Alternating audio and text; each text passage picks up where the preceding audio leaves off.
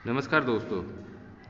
SSC GD के paper चल रहे हैं और उसी को ध्यान में रखते हुए आपकी अच्छी तैयारी के लिए जनरल साइंस के क्वेश्चन टॉप 30 जनरल साइंस के क्वेश्चन लेकर आपके सामने उपस्थित हुआ हूं मैं। तो चलिए वीडियो को स्टार्ट करते हैं। वीडियो स्टार्ट करने से पहले आप कमेंट करके ज़रूर बताइएगा कि आपका एग्ज़ाम किस डेट को है, और वीडियो पसंद आ जाए तो एक लाइक कर दीजिएगा, और जिन लोगों ने पहली बार चैनल पर विजिट किया है चैनल को सब्सक्राइब करते हुए अधिक से अधिक शेयर कर लीजिएगा। पहला प्रश्न है, निम्न में से कौन सी गैस कोयला खदानों में विस्फोट का कारण बनती है? तो कोयला खदानों में विस्फोट का कारण मीथेन नामक गैस बनती है। मीथेन जब अधिक मात्रा में जमा हो जाता है तो उसके विस्फोट होने की संभावना रहती है और उसी से कोयला खदान में विस्फोट होती है। अगला प्रश्न है, निम्न में से कौन द्वितीयक प्रदूषक है? प्रदूषण जो होता है, जैसे स्मॉग वगैरह बनता है, तो उसमें द्वितीय प्रदूषक क्या है? तो द्वितीय प्रदूषक आपका धुंध हो गया, ऑप्शन ए। अगला प्रश्न है, विद्युत सेल के प्रतीक में मोटी छोटी रेखा दर्शाती है। विद्युत सेल के प्रतीक में मोटी और छोटी रेखा क्या दर्शाती है, यह प्रश्न आपसे पूछा गया है। तो इसका सही जवाब है ऋणात्मक टर्मिनल दर्शाती है। अगला प्रश्न है, हैलोजन में सबसे अधिक अभिक्रियाशील है। हैलोजन जो बल्ब होता है उसमें सबसे अधिक अभिक्रियाशील क्या होता है? तो फ्लोरीन उसमें सबसे अधिक क्रियाशील होता है। ये आपको याद रखना है।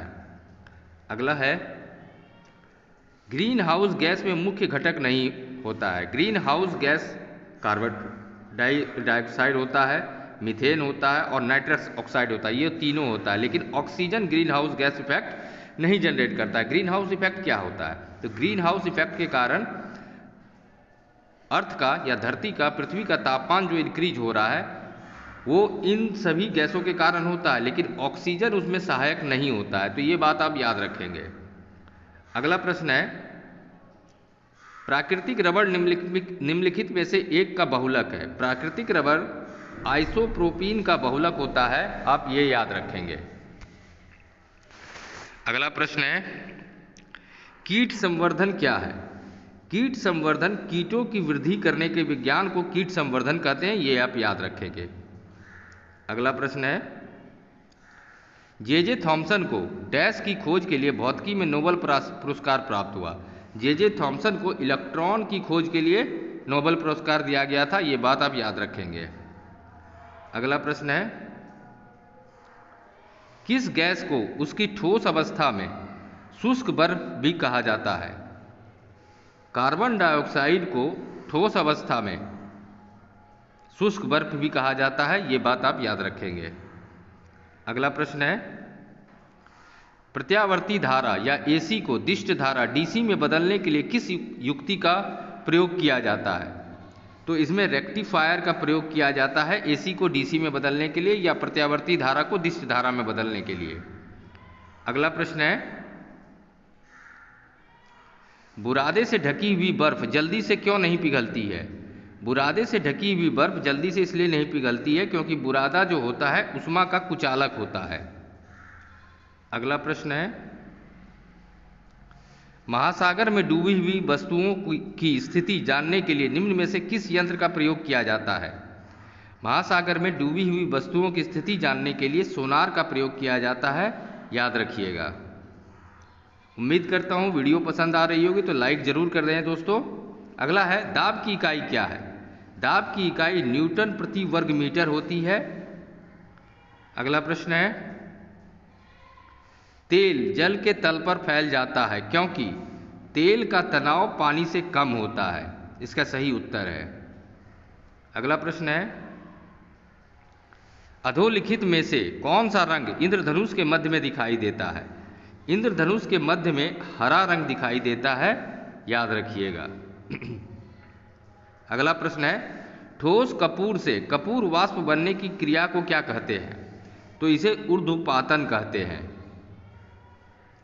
अगला है, निम्नलिखित में से कौन विद्युत का सुचालक नहीं है? यहाँ जो आपको पदार्थ के नाम दिए गए हैं इसमें से कौन विद्युत का सुचालक नहीं है, ये आपको बताना है। तो हीरा विद्युत का सुचालक नहीं होता है, बाकी ग्रेफाइट, सोना और मिट्टी ये विद्युत के सुचालक होते हैं।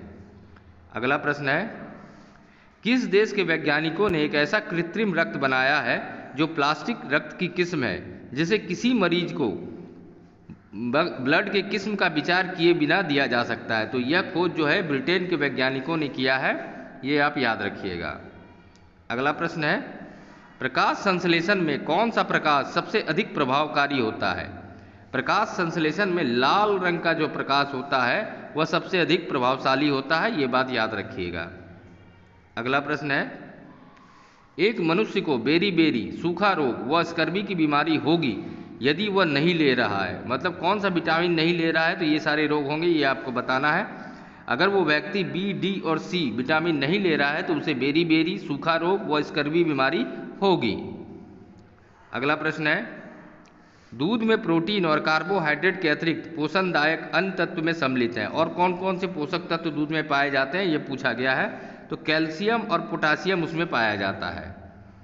अगला प्रश्न है, गैसीय स्थिति में पाए जाने वाला हार्मोन का नाम आपको बताना है। तो एथिलीन वो हार्मोन है। अगला प्रश्न है, प्रकाश की गति किसके बीच से जाते हुए न्यूनतम होगी? प्रकाश की गति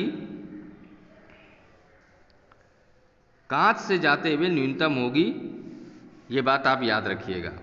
अगला प्रश्न है, पत्तियां कांटों में रूपांतरित होती है कौन से जीव में, कौन से इसमें से जो दिया गया है इसमें से किसमें कांटों में रूपांतरित होती है? तो ये मरुद्भिद मतलब मरुस्थल में उगने वाले पौधे में पत्तियां जो है कांटे में परिवर्तित हो जाती है। अगला प्रश्न है, मलेरिया रोग का क्या कारण है? तो मलेरिया रोग प्लाज्मोडियम के कारण होता है। अगला प्रश्न है, निम्न में से वायरस जनित रोग है कौन है वायरस जनित रोग, ये बताना है। तो एड्स, पोलियो, खसरा, ये तीनों जो है वायरस के कारण फैलने वाले बीमारी हैं। तो ऑप्शन नंबर डी आपका सही जवाब होगा। अगला प्रश्न है, प्रोटोजोआ जनित रोग कौन सा है? तो प्रोटोजोआ जनित रोग अमोबाइसिस है। अगला प्रश्न है, टिटनस का टीका है, टिटनस के टीके को क्या कहा जाता है? तो डीपीटी कहा जाता है उसे। अगला प्रश्न है, बीसीजी का टीका किस रोग की रोकथाम के लिए है? बीसीजी का टीका डिप्थेरिया की रोकथाम के लिए है, ये याद रखिएगा। और आज का अंतिम प्रश्न है, हीमोफीलिया रोग की वाहक स्त्री होती है परंतु यह रोग नहीं होता है। मतलब किसको यह रोग नहीं होता है? तो ये स्त्री को यह रोग नहीं होता है, जबकि कैरियर वही होती है। तो उम्मीद करता हूँ वीडियो पसंद आई होगी। तो जाते जाते एक लाइक करें। पहली बार चैनल पर विजिट करने वाले दोस्तों से आग्रह है, चैनल को सब्सक्राइब करते हुए अधिक से अधिक शेयर करें। धन्यवाद।